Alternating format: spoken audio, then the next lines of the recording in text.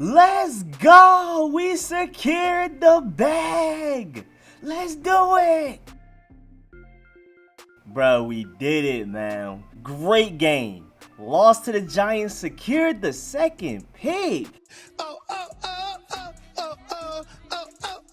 Now I'm going to get into the ramifications of us actually getting to the second pick and what are our chances of actually keeping it and all of that, because, you know, the Dolphins could mess this up right now. But last time I checked, they look like they might end up winning in overtime. But before I get into everything, first of all, shouts out to the young players for balling out. I loved it. Case Keenum, there was no reason for you to ball out. Absolutely no thank you. It's YouTube, I can't cuss, but I got all types of words for you. What the hell has this world come to? You tried to mess up the bag and we still secured it.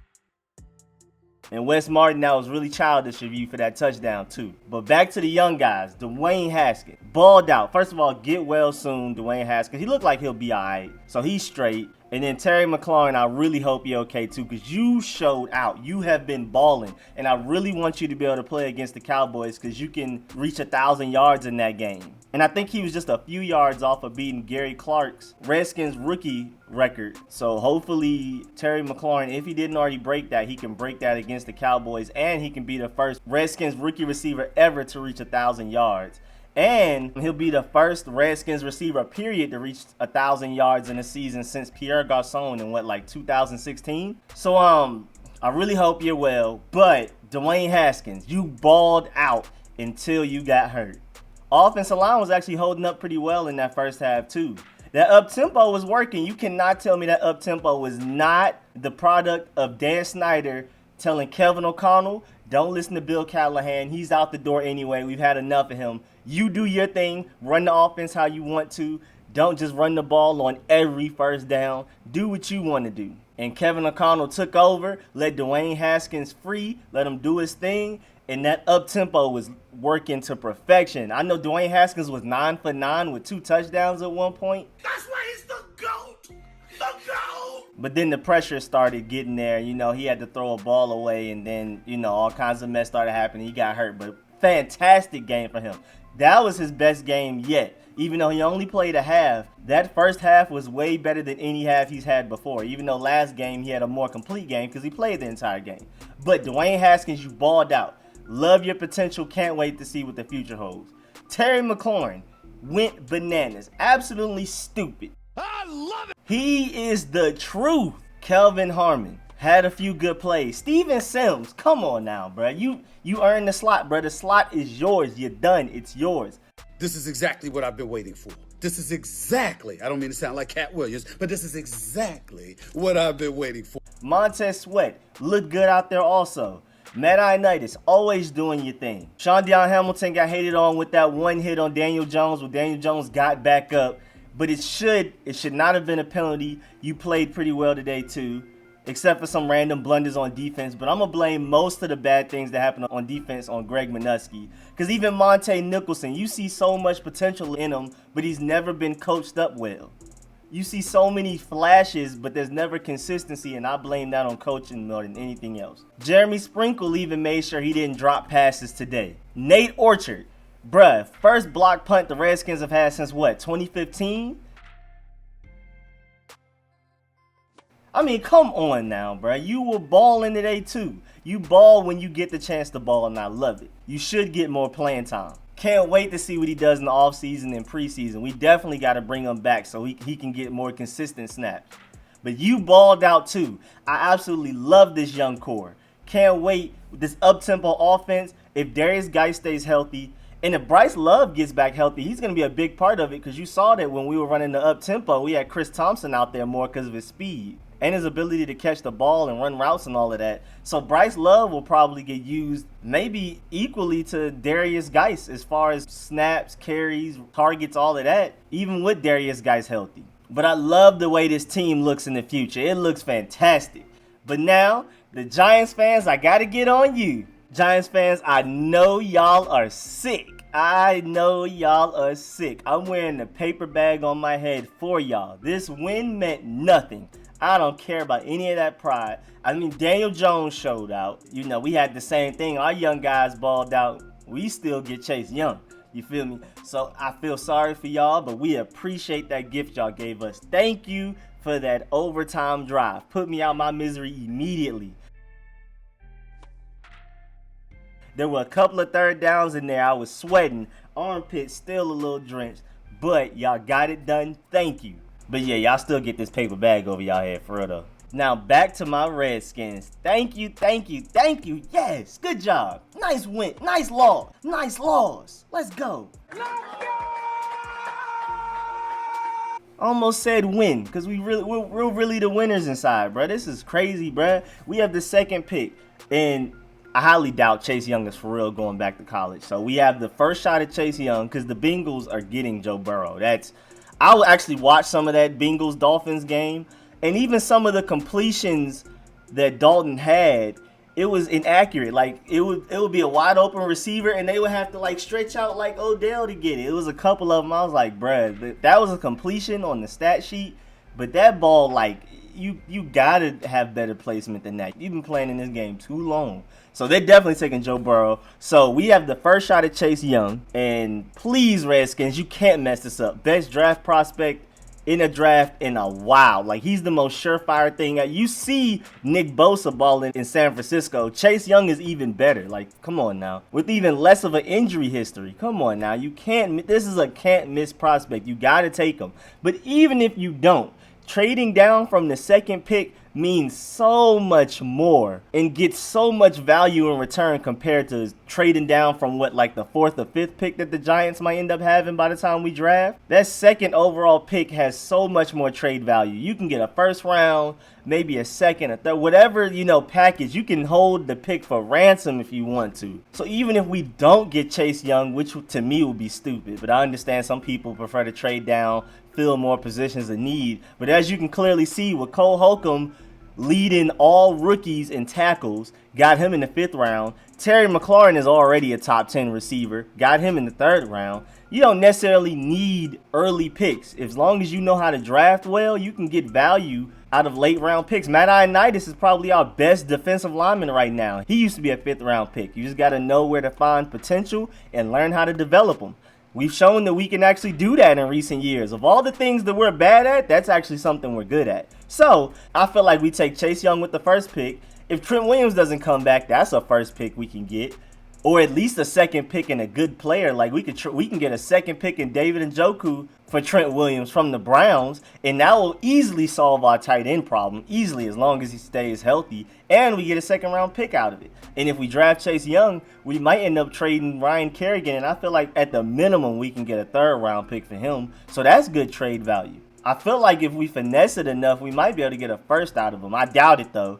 It would have been easier to get a 1st round pick for Ryan Kerrigan right before the trade deadline, where there were some teams that needed edge rusher really badly and are trying to make a playoff push. That was the time we could have gotten the most value for Ryan Kerrigan. But we didn't do it. So in the offseason, we can possibly, as much as I hate to say it, we could possibly trade him. And I feel like at minimum we can get a 3rd round pick. And that's the time we got Terry McLaurin. We can spend that pick. This wide receiver draft is going to be potentially deeper than this past one, who brought a lot of good receivers and playmakers out. So we can possibly get a really good receiver in the 3rd round if y'all want to go that route. But we're looking like we're in good hands with Kelvin Harmon, Steven Sims, and Terry McLaurin. Now, a great, bigger receiver like a CeeDee Lamb type that has more height to him would be nice. But even Cam Sims was out there making plays for Dwayne Haskins while he was out there, so you never know. I know we've been waiting on the Cam Sims experiment to work out for a long time. But it looked like you're starting to see some flashes, and it's not in preseason or in the offseason. Cam Sims actually made some plays, even though Dwayne Haskins was throwing dimes to him. But Cam Sims was making some plays in an actual regular season game that they looked like they wanted to win. And again, that was a really good game. And as I'm looking at it right now, the Dolphins are on the Cincinnati 19, 4th and 15, about to kick a field goal. It looks like they're going to win in overtime. Oh, say less. So it looks like we have that second pick locked up, especially if we lose to Dallas next week. Speaking of Dallas, I'm looking at my score. Almost the end of the first quarter, they're losing 10-0 to the Eagles. So this week is just getting better and better. Who else lost? Dolphins lost, so we secured that bag. The Lions are losing, so we secured that bag. The Cardinals are tied with the Seahawks. Highly doubt they win that, but as long as we lose out, we don't have to worry about if the Cardinals win or not. And most importantly, we lost. It's just a beautiful thing, man. Good job, Redskins. Way to do it. And these past few games have all been great losses. These past couple, they've been young players balling out. Dwayne Haskins looking great. You can see the potential. Franchise quarterback. He looks like he'll inevitably become a top 10 quarterback in this league. You can see it in him. People kept doubting him, but he had no preparation, no offseason work. Nobody worked on his mechanics. He didn't have first team reps, none of that. Now he's finally actually getting practice, getting reps, getting game time, and receivers are helping him out a little bit, and the offensive line holds up at times, and Kevin O'Connell, who's actually the genius on the team, has actually been allowed to have more control instead of Bill Callahan, who doesn't know how to time manage. Dwayne Haskins has flourished. So that just lets you know he's the franchise quarterback. But these past couple of games, the young players have showed out. They've clearly developed. Dwayne Haskins, Terry McLaurin was already great, but, there's always things you can work on as a receiver. Kelvin Harmon's been getting more targets. Cam Sims, like I said, finally got a few targets. And Steven Sims is really the slot receiver. That's it. No more Trey Quinn. I don't care how healthy he is. Steven Sims is that guy. He's always open. So that level of development, and Kevin O'Connell too. I mean, he's looked great in these games. It's not been the offense's fault we've been losing games. He even had Case Keenum out there balling. Case Keenum had a 99-yard game-tying drive to send it into overtime. We started at the 1-yard line, and Case Keenum balled out. Case Keenum.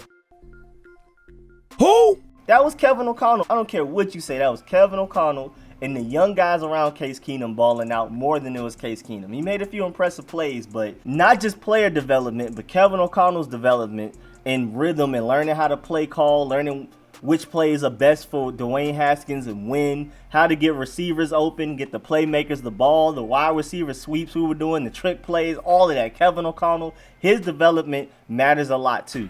I am so excited about the future of this team, especially with this second overall pick we got. I'm sorry to keep rubbing it in, Giants, but I know y'all on the internet like this. Y'all are on hush mode, no face. The Giants are sick. If there's a Giants fan tweeting on Twitter right now, he is upset. It's only rage. He can't be happy. I'm sorry. Giants Twitter is on hush mode right now. But yeah, man, I'm just so excited that we actually secured that bag. That was the most nervous I've been all season. How many people were scared? Me too. I mean, we were down 14. I thought we had the bag secured, and then Case Keenum and Kevin O'Connell started showing out.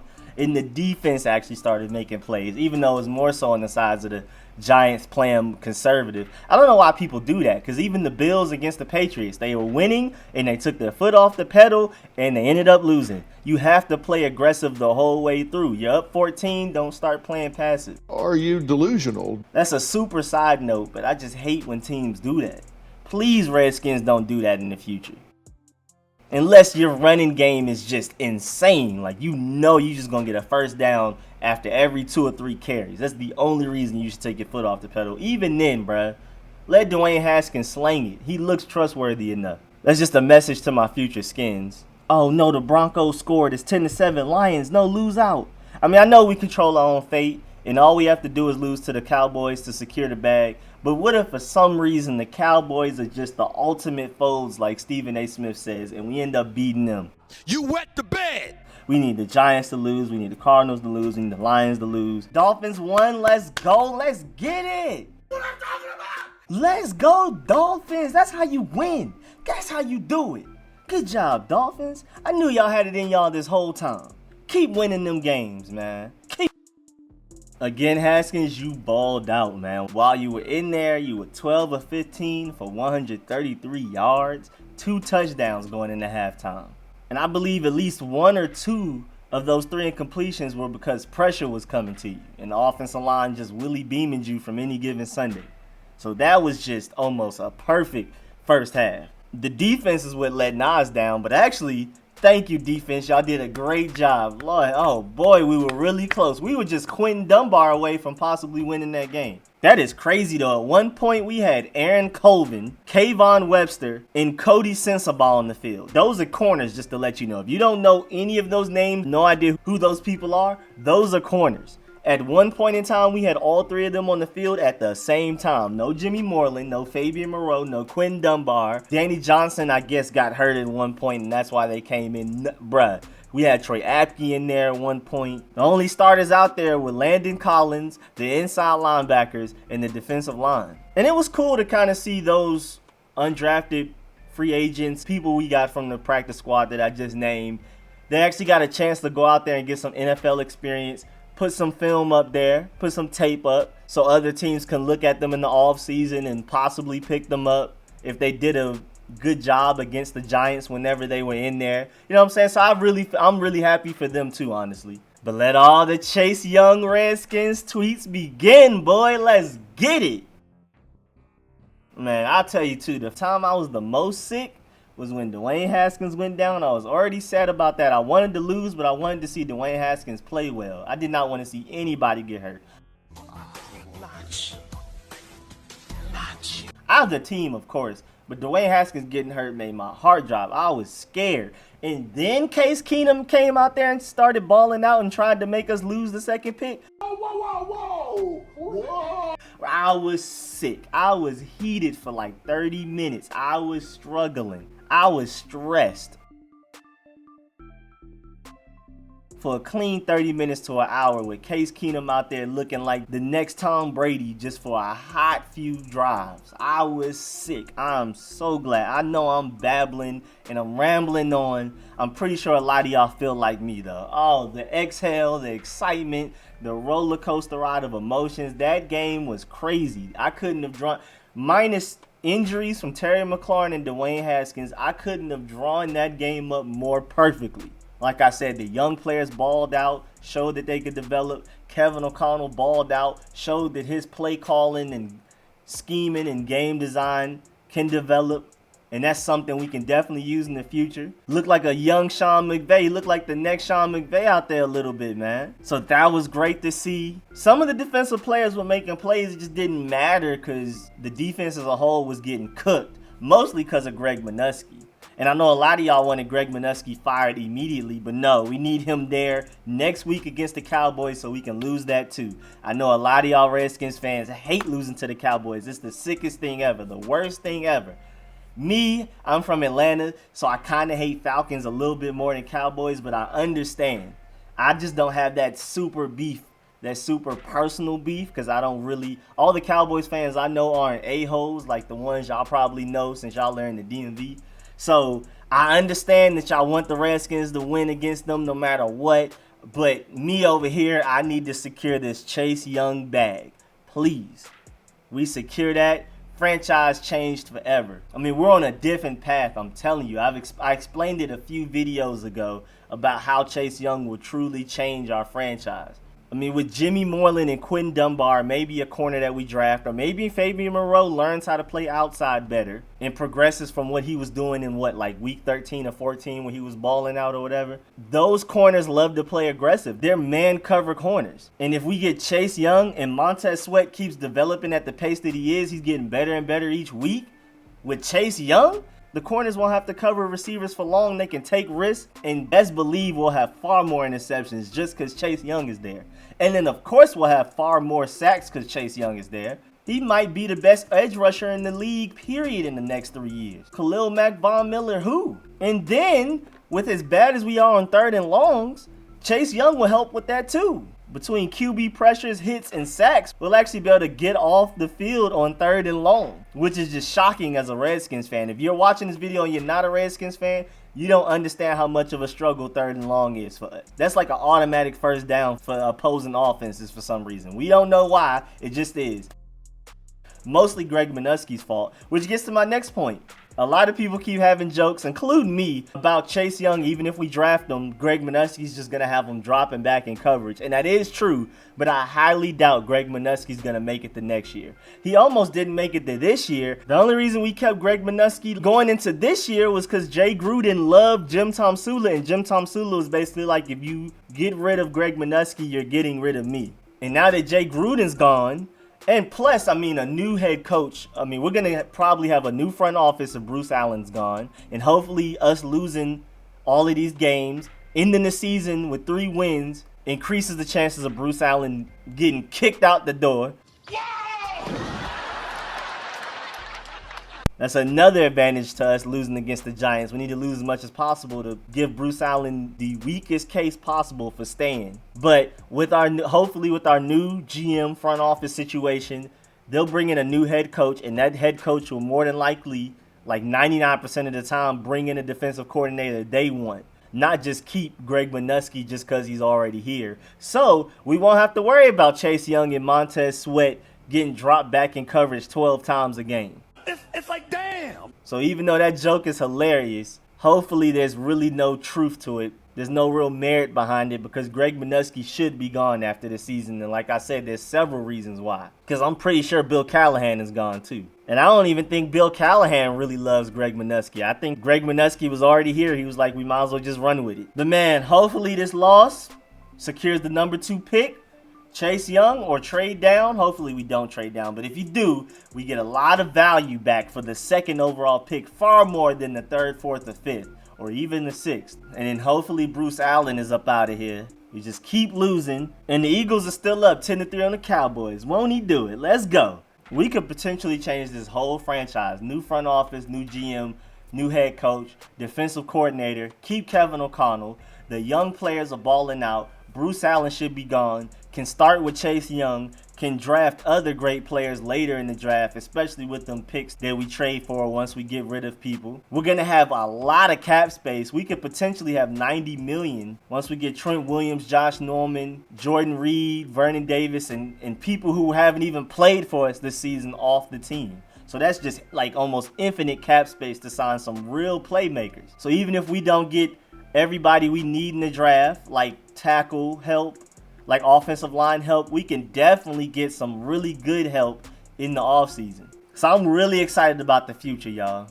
But that's really it, though. I know I'm babbling, but I'm just so excited. I love it. That's it for this Redskins video. I'm going to be bringing y'all videos throughout the week. I'm sorry I missed y'all on the live stream. I definitely had y'all on the live stream for the last game of the season against the Cowboys. I got y'all. I promise y'all, no matter what, I'll be there to stream for that. But again, make sure you like the video if you haven't, especially if you enjoyed this. Please subscribe. I'm going to keep the content coming. You know me, I'm draft guru. I'm going to have endless Redskins content throughout the offseason. I'm going to analyze what the season looked like. I'm going to look at film and stats from the regular season we just had. I'm going to have videos about that. But of course, I'm going to have draft videos, mock drafts, all that type of stuff. Future outlooks on the team, anything. I got y'all. But I'll catch y'all later. I'm out. Congratulations on that 2nd overall pick, Skins Nation. Hey, hail to the Redskins, boy. Hail to the Redskins, boy. Y'all take it easy. I'm out.